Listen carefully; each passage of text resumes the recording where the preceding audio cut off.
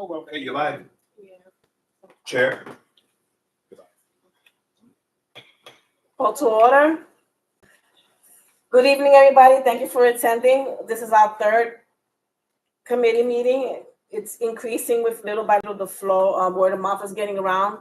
The timing and the dates are a little confusing for people because it overlaps on different things that are happening in the community. But I'm not getting discouraged because this is a new committee. As some of you are aware of that we're just starting the committees. And we're still getting volunteers. We have a lot of interest and everything. And we're just gonna, right now, all we're gonna do is just get resources, relay information on what's going on in our community. Now that Mr. Coleman is here, we could talk about what we're gonna plan on doing on any festivals that are coming up. We can collaborate certain things. Because a few years in the past history, we've had different organizations doing different things and nobody was on the same page and there was a disconnect. So we want to put a unity to all that now, right, Mr. Coleman? Sure do. Yes, thank you. And I'm open to any suggestions on that for future. We're gonna nominate a second vice chair in the future, right? Second vice chair, or is it a vice chair? A vice chair as soon as we start getting more members here and everything, because we have to meet a quorum. Am I correct on that? So Matt, Yes. so Madam Chair, the chairperson Aliato makes a recommendation to the committee and leadership, have Sean Coleman serve as your vice chair. If there's no objections. Well, again, I have no objection, but do we need to have a quorum to put it to the members, or it's up The to us? recommendation, yes, the recommendation comes from the chair to the committee and to accept the chair's recommendations. So can we, I mean, I have no problem with that, but we still also want to get a few more members. All right. But right now, We take chair without I would chair. recognize that though, right now. Are you willing to be out? Yeah. I don't have a problem. Okay, so it's, well, Without objection. no objection to that. I agree to it. So all we need is a secretary. Okay, so no business is coming with the committee description. You already know, more or less the committee description on what we're doing here. I haven't, I don't think Mr. Coleman knows of it, but you want me to read it into the record? Sure. So, if everybody has the agenda, I was gonna make clear to the work that this is working on there. So it's a committee on L.G.B.T.Q.I.A. issues and services. RB De Jesus, the committee chairperson, appointed by Curtis Aliato. The L.G.B.T.Q.I.A. committee is devoted to fostering a supportive and inclusive community environment that advocates for the rights and well-being of lesbian, gay, bisexual, transgender, queer, equestrian, intersex, and asexual individuals within Community Board Number 1. We're the first committee under the chairperson's leadership to have that recommendation under this committee. We appreciate the leadership of the committee chair, Ms. Audrey De Jesus, serving in this leadership position and working together with the community to ensure that this committee has proper representation of the resources in the committee. So congratulations, Chair De Jesus. Jesus. Responsibility of this committee: advocacy and awareness. Sexual orientation and gender identity are integral aspects of our community. The committee will work to actively advocate for policies and initiatives that promote equality, inclusion, and anti-discrimination within Bronx Community Board Number 1. This involves raising awareness of L.G.B.T.Q.I.A. issues and fostering understanding among the residents of this community. Unfortunately, there are not many organizations. There's actually only one organization in Community Board 1 that, even though historically there have been many organizations that tried to stay strong to be L.G.B.T.Q.I.A., but now we have only one represented in this district. And so it is important that we have an avenue for people who are represented in this community to no longer be in the background and in the quiet places, to be upfront as civic involved communities, to be able to make sure they have a place to be able to be that civically engaged and involved, that we have make sure they have the proper resources, the interaction with government, to ensuring that they have a place to be able to lodge their complaints and a place to be able to have true representation. 2, community support services. This committee is committed to addressing the unique needs of LGBTQIA individuals within the community board. 1, the committee will work to collaborate with city, state, and federal agencies, along with local organizations and service providers to ensure access to supportive resources, mental health services, and other community-specific supportive systems. Education initiatives. The committee will work tirelessly to educate the community on LGBTQIA history, rights, and issues within Bronx Community Board Number 1. This includes organizing workshops, panel discussions, and awareness campaigns to promote a more informed and accepting community. Again, I want to keep reiterating, no longer will the LGBTQIA along the Community Board Number 1 district will be living in hiding places or be able to get resources in other boroughs. It stops now. It stopped when our new chair got elected and when this committee has been established. Yep. Social events and networking. With a focus on building connections and fostering a sense of community, the committee will work to organize social events, networking opportunities, and safe spaces for LGBTQIA individuals within the Bronx Community Board Number 1, so they can come together to celebrate the history and the individual diversity. Collaboration with local organizations. The committee will actively collaborate with local LGBTQIA organizations within Bronx Community Board Number 1, ensuring that the community benefits from a broader network of resources and support. This includes participating in pride events and other community building initiatives. Through these responsibilities, the full board and the LGBTQIA committee strives to create an inclusive community within Bronx Community Board Number 1, where everyone, regardless of sexual orientation or gender identity, feels welcome, supported, and celebrated. Of course, everyone knows that this committee will be chaired by a community board member, and then a community public member of the committee will serve as vice chair. Both will be appointed by the full board chair, and the committee together will elect a committee secretary. Thank you, Madam Chair, for your time. Thank you, District Manager.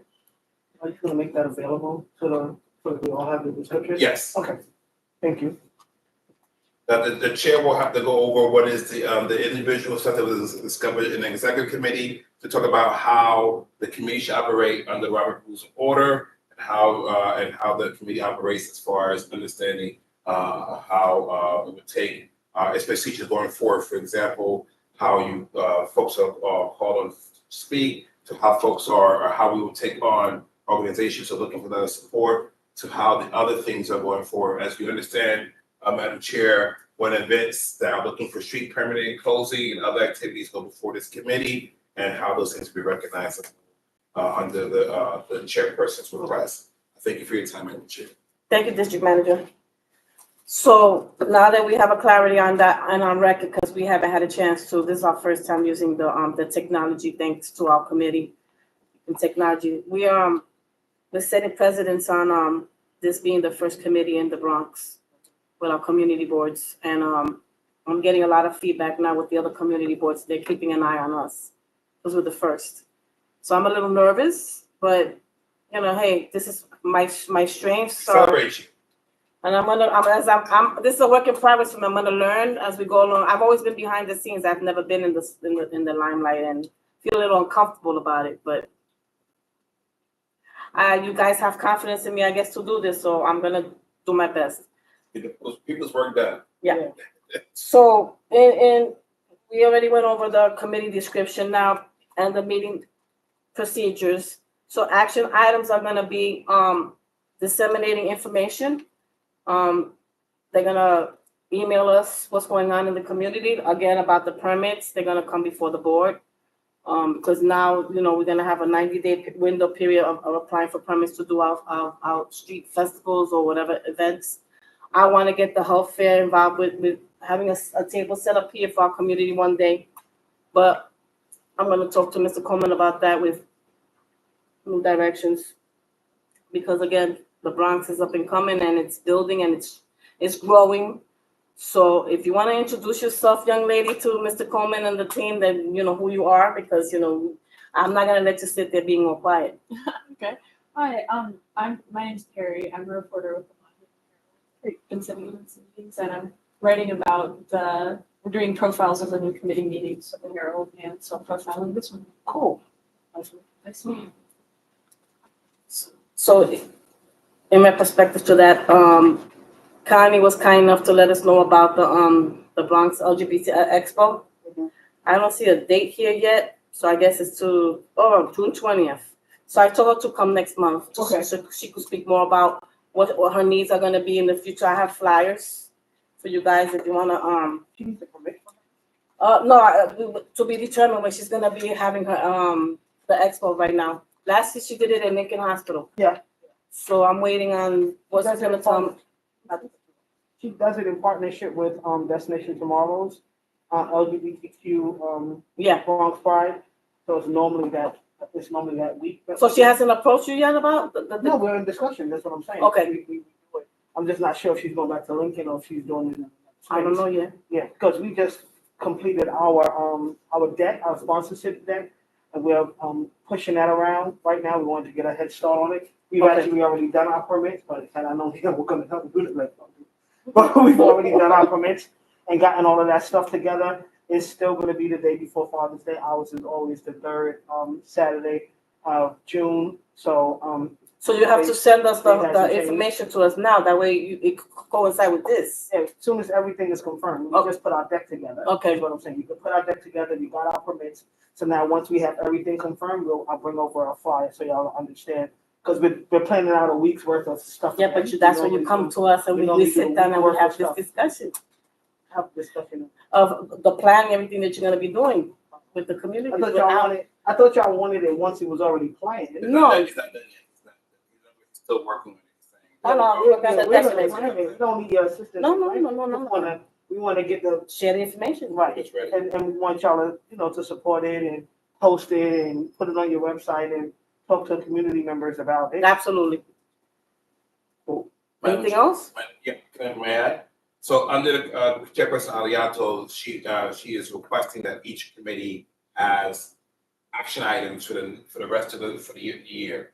So action items are issues that the committee in discussion talks about. What are some of the issues that all of you as a committee representing LGBTQIA communities or either allies have to say that what we need to do as a board that determine on issues, resources, and services, legislation or policy that this committee needs to be focusing on to bring to the full board.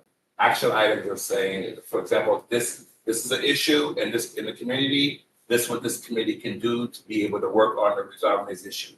Whether it's healthcare or access thereof, there's resources, whether there's food insecurity, homelessness, access to affordable housing, access to careers and workforce development, whatever those issues are, so that the board under this committee can determine how to bring this issue to the forefront and be able to resolve the services. The job of the community board is to be able to determine where there are lack of services and where there is discrimination or other issues of services on a city level, but also to highlight on where those lacks or thereof or gaps are on a state and federal level. Because there are so many opportunities for these communities to work together to ensure how that work can be done. And so the concern is to determine how we can be able to work together as a first work on it.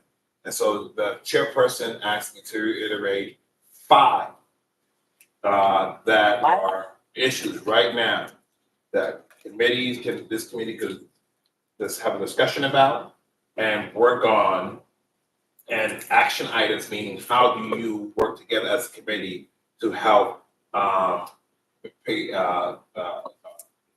action plan to be able to help alleviate, resolve, or bring to the forefront these issues as LGBTQIA representation and allies of this board and of this community. It is, like I said, we have the responsibility of setting precedents. We already are by establishing this committee. Now we have the task of setting precedents where there has been discrimination, there has been secrecy, there has been serious gaps, there has been lack of folks who just rather not even pay attention to this growing community. And there's so much work that we can do because this, like I mentioned, this community has lived in the shadows for such a long period of time. And there's issues around trans violence, there's issue around L.G.B.T.Q.I.A violence, there's issue around young people who do not know how to be able to have access to resources and services themselves. There's issues unfortunately, of the proliferation of sex workers and so on. So I am the dairy district manager who wants to open up those doors, kick down those tables, or turn over the tables, and so to say, to be able to say that we can do more to bring light to where government is not going farther enough or not doing anything about something. And so I thank you, Madam Chair, for getting in and speak with those. That's to go back to the chair. If I may, I would. Yes. Okay. I would probably look at the description, the committee description, and come up with actionable items based on the committee description, right? Because you did a really good job in like teasing it out in those respective areas, and each one of those areas has its own actionable step. So, which is why I asked, could we have that? Sure. Because I think the first thing is to look at actionable items based on that description, right? Then I think the second thing, so when you start to think about LGBTQ resources in New York City as a whole, historically, the Bronx is in those outer boroughs don't historically get a lot of resources, correct, right? And part of it, in my humble opinion, is because our elected officials, not all, but some, are a bit hesitant about allocating resources or providing that level of support to help us get resources. And I think this is an excellent opportunity to frame it in a way to have those elected officials either come in and listen in on one of these committee meetings or draft a report that's a state of the Bronx or a state of LGBTQ affairs in the Bronx from the community board. That's a good idea. And I think the way the way it becomes successful is, you had mentioned that those other community boards are looking to see what we're able to do.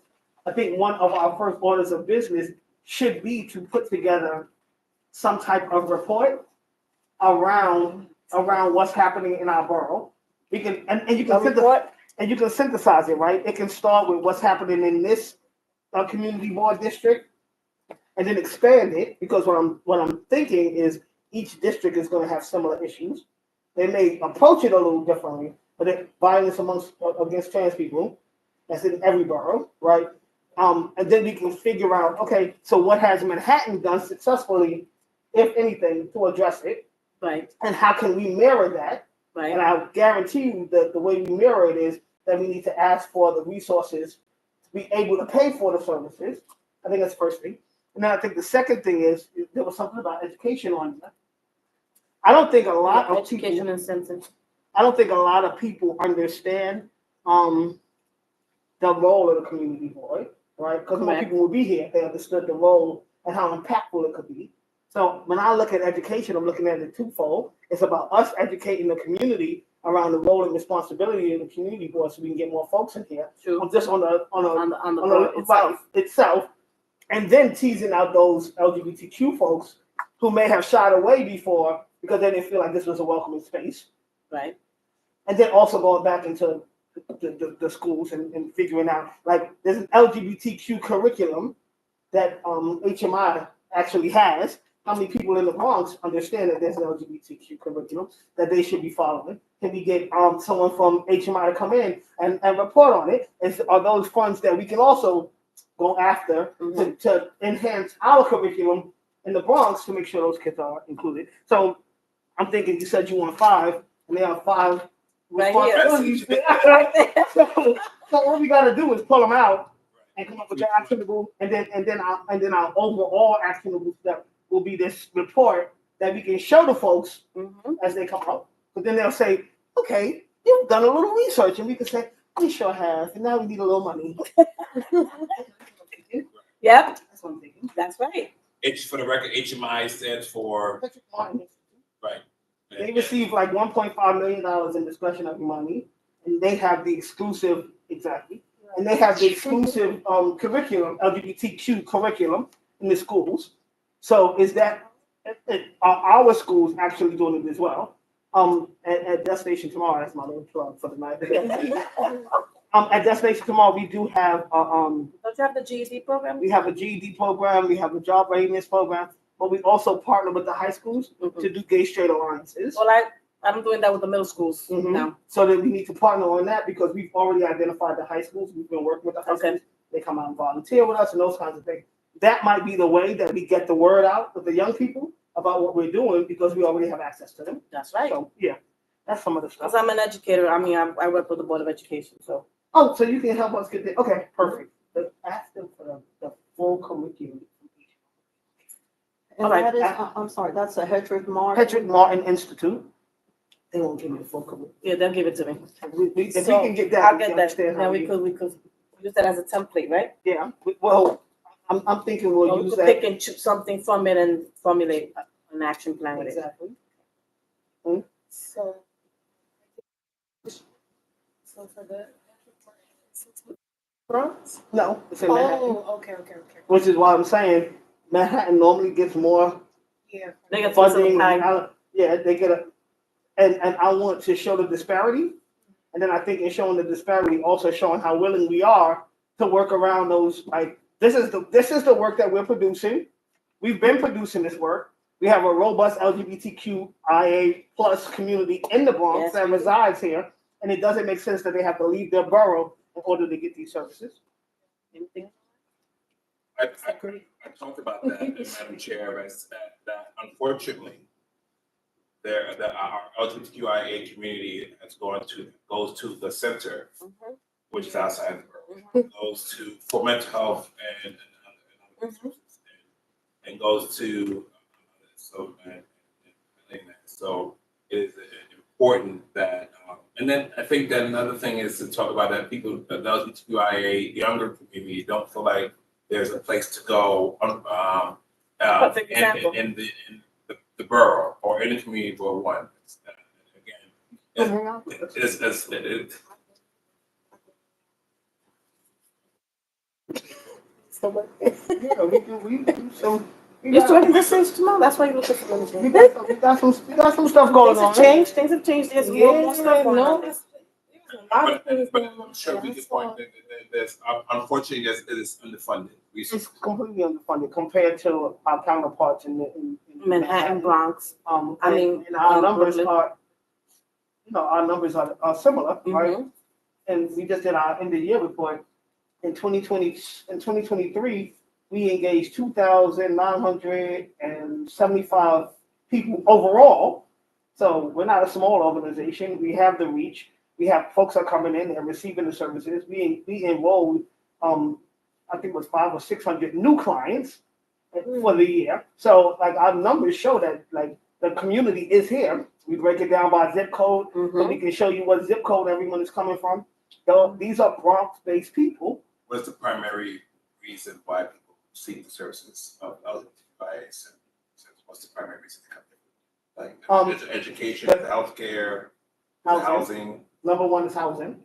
Number two is food insecurity. Those are the two biggest. And then but what we do is we have a wraparound service.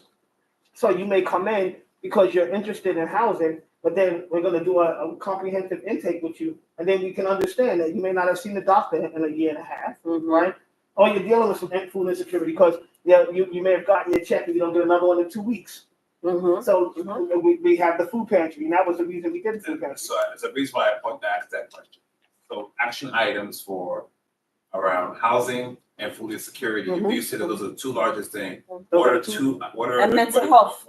What are the three action items then? You said you put in three that we can say that needs to, and so we point to the action items, then we can say how we're gonna get there to resolve it as a community. Let me just touch on the mental health. I think we have to be careful when you have the discussion around mental health, right? Because folks may come in crisis, Yeah. but they won't. When you're asking them what they need, they never come in and say, "I need to see a mental health provider," or "I'm having a mental breakdown." We may see that they're in crisis when we're doing the intake, but it doesn't reflect. And when we're asking, "Okay, what is it that you came in for?" Housing, food insecurity, those things they say with no issue, they won't honestly acknowledge when they're in a mental health crisis. It's that relationship building that gets them to a point that they're comfortable enough to now say, "No, I'm also dealing with, or I have bouts of depression, or I'm feeling anxious today." That comes later. So when we break our numbers down in the very beginning, it's not going to show that mental health, but mental health is so important Yes. because they are Goes hand in hand. 90% of them, because and it ties into substance use, because substance use is one of the biggest barriers that we have as well. And it's young people that are telling substance use, Drugs. use. Yeah. Are they masking? I just act like I'm a doctor sometimes. They won't. They never say if that's what it is, but they use it recreationally. Right. You know what I'm saying? So they'll be like, "Oh no, I'm supposed to be my friend, but that's not a drug." Be like, "Okay." And you just take that what they're telling you. Alcohol and marijuana were the top two drugs of choice. But then we also found out, I think it was, I don't want to quote the number wrong, I'm going to look at the year and number, but there was a certain amount of young people that either said that they tried crystal meth or they have a friend that's using crystal meth. Why are young people using crystal meth? Wow. So substance use has to be on here somewhere. I'm not sure how we weave it in, but we need to address that as well because it's in our I district. think, if I may just say Sure. one thing. Oh, Madam go ahead. Chair, is that okay? I agree with you. Mental health is a crisis all around. But I myself, and I have lived in this neighborhood all my life, okay? And I was once in a crisis. Okay? And I'm never gonna forget the day that I walked into, it was actually right here, right over here on 156. There used to be a center and it had big words, counseling services.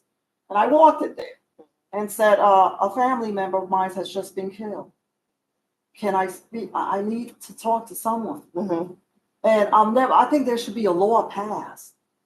And the receptionist just said to me, "Oh, if you're not part of our rehab program, this is you don't qualify to be here, blah, blah." Couldn't she have at least given me a flyer referral. or referral and say, well, wait a minute, over here we don't offer it, but go over there, but who knows, maybe a Lincoln Hospital or somewhere, they do intake from the general public or something. You see what I'm saying? Oh, no, we just don't have that here for you. If you're not part of I just simply went away. And thank God that I was able to call a friend who did console me. But I know that especially with the L.G.B.T.Q.I.A community, many of them are so restricted to even just plain talking about themselves. Okay, and that in itself is a mental health issue. And Audrey, I did share this with you, but may I just share it slightly with the group? My situation is an emotional one. Right. I had a neighbor who was a gay man, and his family came to visit him. And the next day he committed suicide. And I was the one that had to go and identify.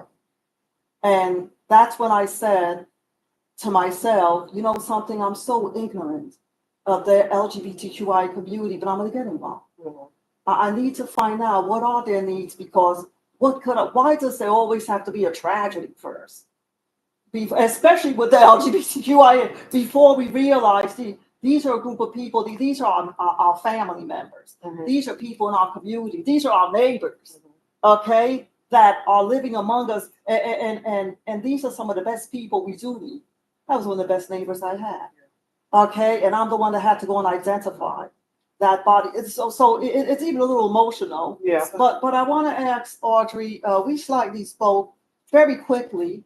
What about, I think we should start also from something very basic. For example, I know that there's a Pride weekend here in the Bronx.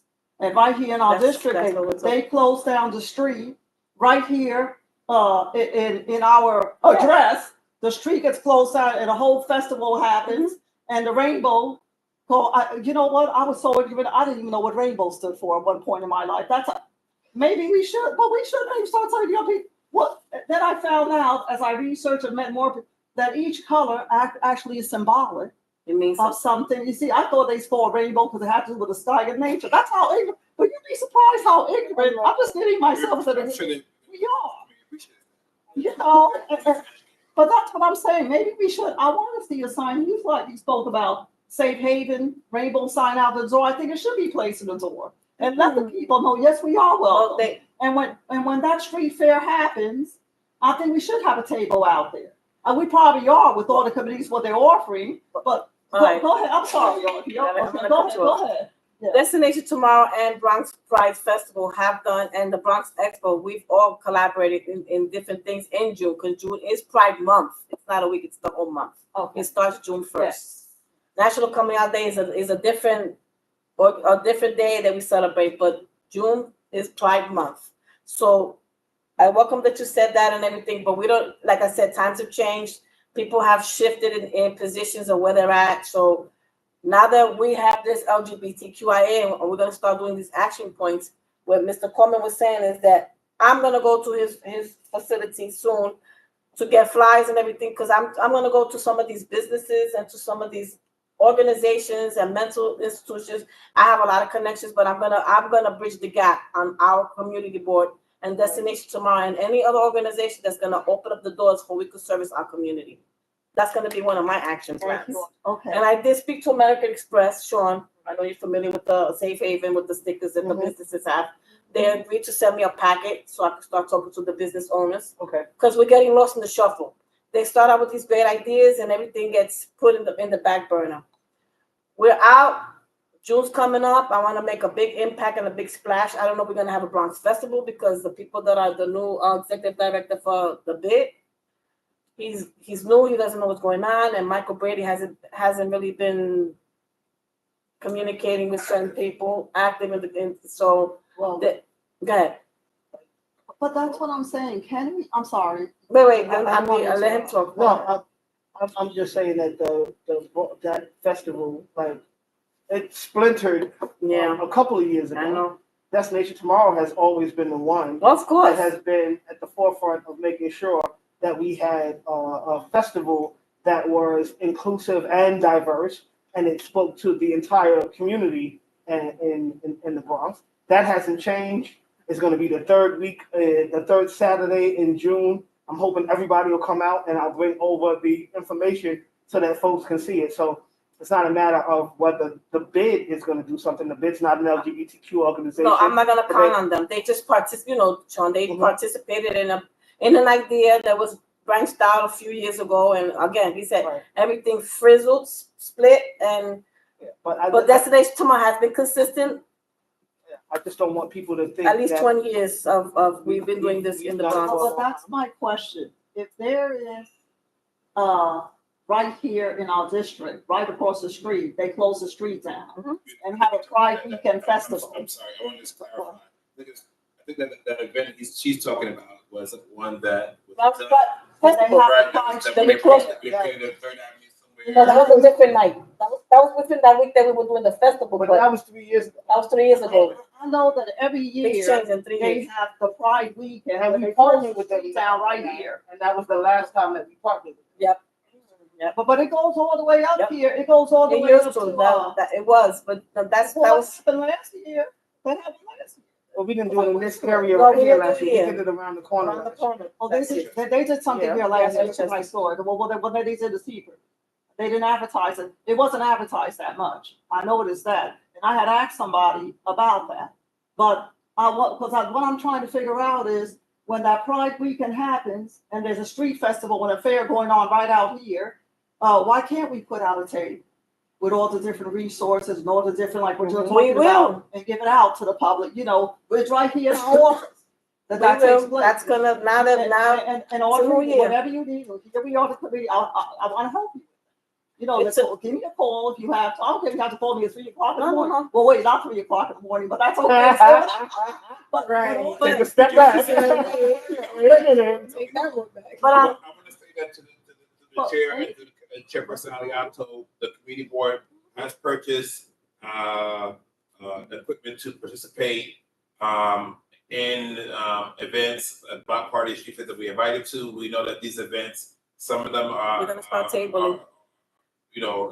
To table, it takes a process to do it. So we're willing to participate as much as activities out there. We know that we want to do activities like voter registration Mhm. drives. We want to do activities to ensure that people understand, like Mr. Coleman talked about, to educate folks about the community board and how we become civically engaged.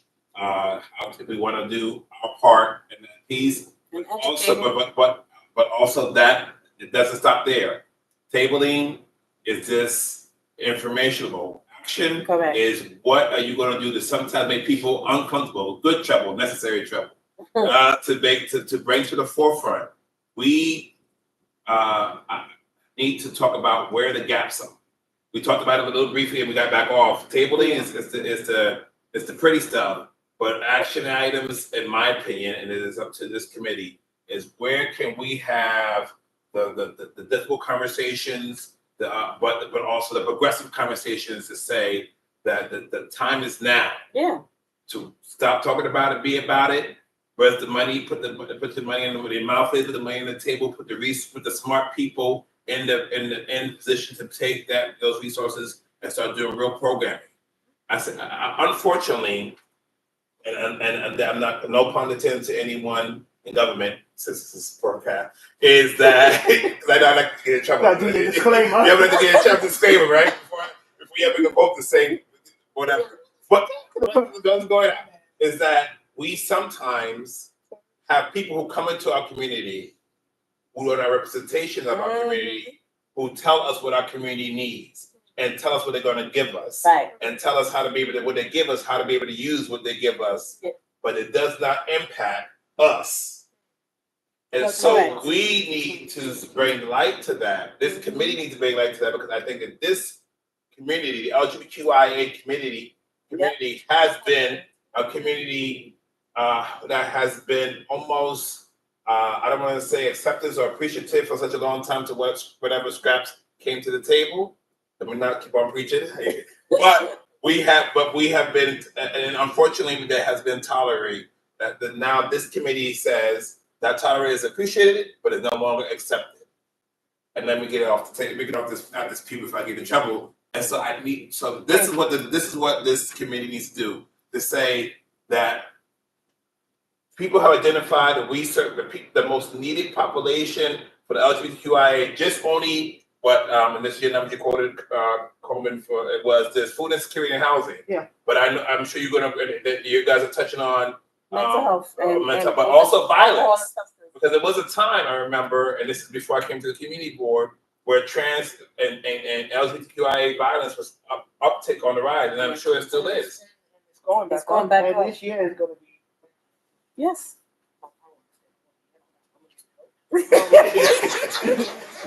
Stop preaching. You're doing good. Go ahead. I think it's going to increase because the political climate is Welcome. and because it encourages it. And I love what you said, right, about your neighbor and how impactful that relationship was. What you did was you humanized the LGBTQIA community. Most people refuse to do that because it's easier to hurt us if they don't see us as human.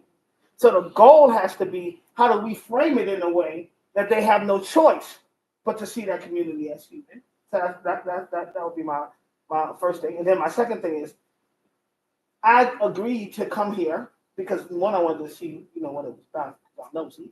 But two, But two, I think this is an amazing opportunity to take actionable items outside of Pride, Right, right? Normally, you took the to thought your out. point, they come around during Pride or election year, Mhm. right? Either or sometimes both together. Mhm. If they're lucky. Get it. She knows what's wrong.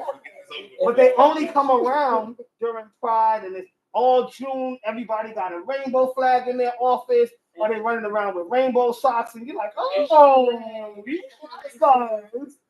July 1, all that stuff is gone. Flip. And it's a new fiscal year. Yeah, I recognize that. Like, oh, you rocked us to sleep all of June, and then June 1 comes and you're like, oh, remember you said you was gonna close. Close. You was in my face all month. Close. So we have to make sure that what we're doing now lasts throughout Pride, That's right. right? In December, when they come back up here, we're like, you know, we got an L.G.B.T.Q.I.A committee. You should come to. Oh, you don't want to come? Well, here's our report. Here's the things that we're working on. That's right. These are the actionable steps that we're working. We need to make sure we keep it in their face. And not consistent. consistency. Have to be. Or else they're gonna walk away. Yep. They're gonna walk away July 1 and they'll be like, damn it, we missed them again. We're gonna be selfish. We're gonna put our needs first before their needs. Have to. If I may, Madam Chair, I'll Yes. say one thing, and I'm sorry. No. We only got 5 minutes. If Yeah, you you only got- think, ladies and gentlemen, if you think that they are going to just take away women's rights Yep. to healthcare decisions, you're fooling me. Yep. You are next. Whatever community you represent, whatever culture you represent, whatever racial or sexual orientation you represent, they will find a reason to make a decision for you or take something away from you and say, and that's what I'm hinting on when I'm saying that we are talking about like I said, that Mr. Coleman brought up, it was that where you are and the chair brought up is that when they were shining your shoes and smiling your face. Pardon me if you didn't say exactly like that. All of June. I didn't say it like that. In July, it was when she voted when it comes time to vote. No, I'm joking. But it comes up in July. But I'm serious. We you know it is. If you look at it, if someone pays attention, more and more cases are itching towards the Supreme Court. More cases are going into court. And it's rigged. And more things are being decided for us. And I think that we as a community board, it's in our name, it's in our bylaws, it's in now that everything. This is because we wrote this. This is a guide. Yeah. It doesn't say you stop here. It's a format. This is a format. You can come back and make this 10 action items. We say this bring at least 5 to the table. So you can come to the party with ice and a little bit of and some chips. But you can bring a little bit extra. I'm not gonna say what else you should bring to the party. But you can bring a little bit extra if you want to, because seriously, this committee is It's growing.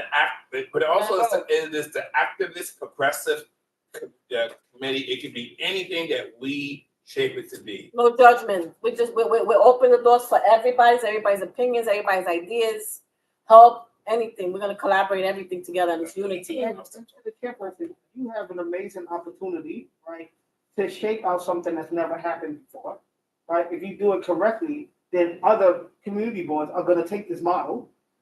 So it's imperative that you put some meat on the bone. So when they steal it, because they're going to steal it anyway. Right. So when they steal it, they're stealing something that's impactful and that's going to get the job done. And it won't taste just like yours. Oh, no, you're not going to give the secret sauce. No, we're gonna give them the You secret can't give them the sauce. secret sauce. So action items, as I understand it, Madam Chair, Yes. and it is from this committee is that this committee will flush out, and then because I know we want to respect folks' time, they get well, they like to say this time, we'll flush out other action items. What I understand now are, please just state them again. Is it Housing, housing? food insecurity, mental health and with alcohol and substance abuse. And there was another one that we were touching on. Mental health, food insecurity, housing. We touched on. You made a point about something the else. education situation. Oh, violence. awareness of what's of the uptick in violence that's coming in our communities. Can I just touch on one more? To economic equity. Yeah. Because economic equity is an LGBTQ community earning what we should be earning in the workforce. All the LGBT community organizations provide services. Are they getting the resources they need to truly to develop and No, they can't provide because many of them, programming and they get services discriminated on the that job. that is necessary? Is there opportunity where we is legislation, because no one touches it? Remember, what's happening is that unfortunately our judicial system, while it's supposed to be freedom and justice for all, are they speaking and our legislators speaking to the reality legislatively of what impacts the LGBTQIA community? So on top of the issue that you talk about, I know there's a lot of homework, but we have a lot of time to this committee to really talk about those issues. And when organizations in our community hang their hat on, oh, we provide this and that to the community, are we pulling them to this board and saying, these are our standards?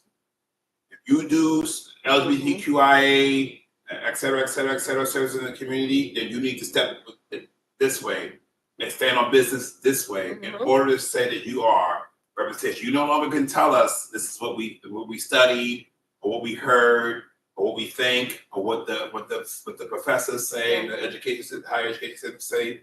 We set the standard as a committee, as a board, on what you should be coming to our doors to say first. We meet the standard before coming in, and I'll stop there again. I'll keep saying that, but That might be another actionable item, right?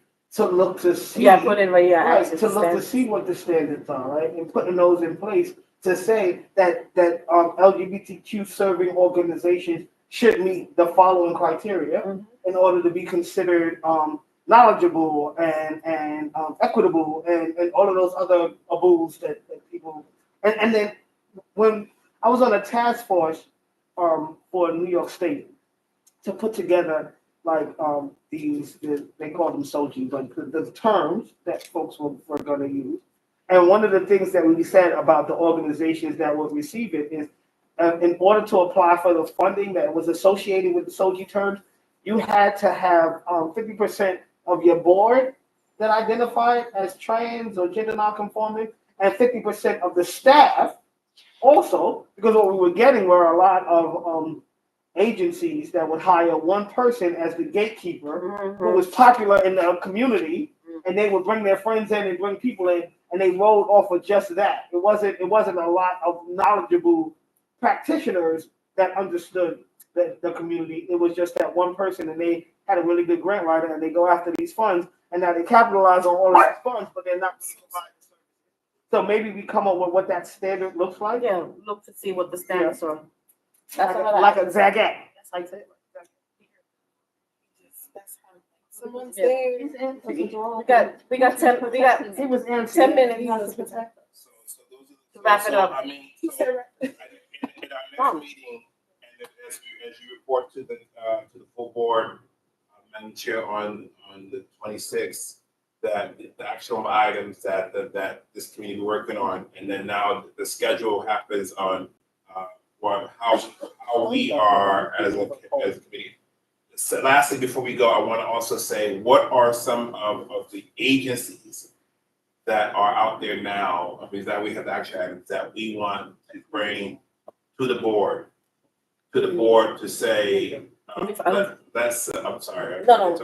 That's again? Yes. Okay. So, What are some of the agencies you're gonna bring to the board to say to the committee, just so they can be able, so you can learn more about what they are? they're gonna educate us on what's with the services and whatever they do in our Right, community. because what happens now to this community, with this committee, are gonna be, what I'm trying to get the board is, before folks generally write out these proposals, ask for letters of support, Right, that they come to the board for approval. And so we want to invite these agencies that maybe we don't know as of yet, what are they doing to the community? There's a few of them. So you just tell us, to the staff, to who should be invited to this committee? How can we not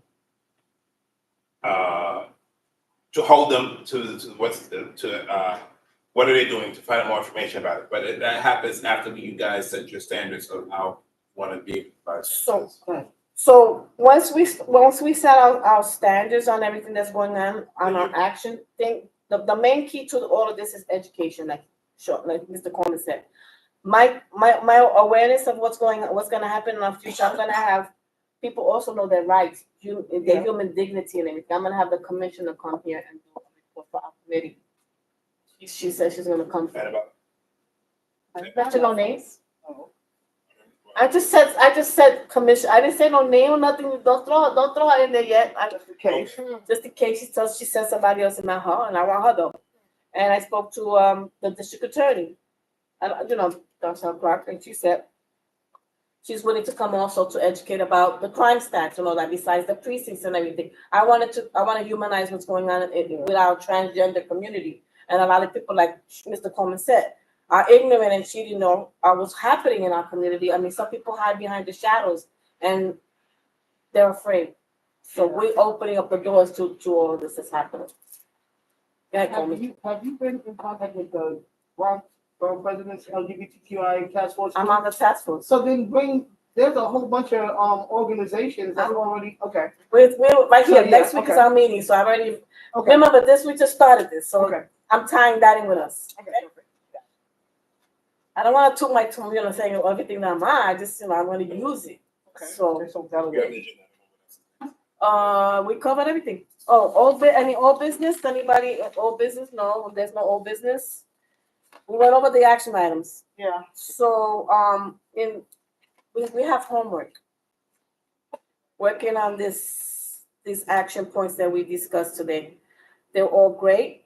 It's gonna provide a great service to our community because we're inviting everybody. It's not L.G.B.T.Q.I.A. It's more basically the whole community, all our allies, because there's a lot of people here that are still ignorant and prejudiced towards our LGBTQ coalition. So we wanna change that mindset. I would say, I think there's a lot of fear.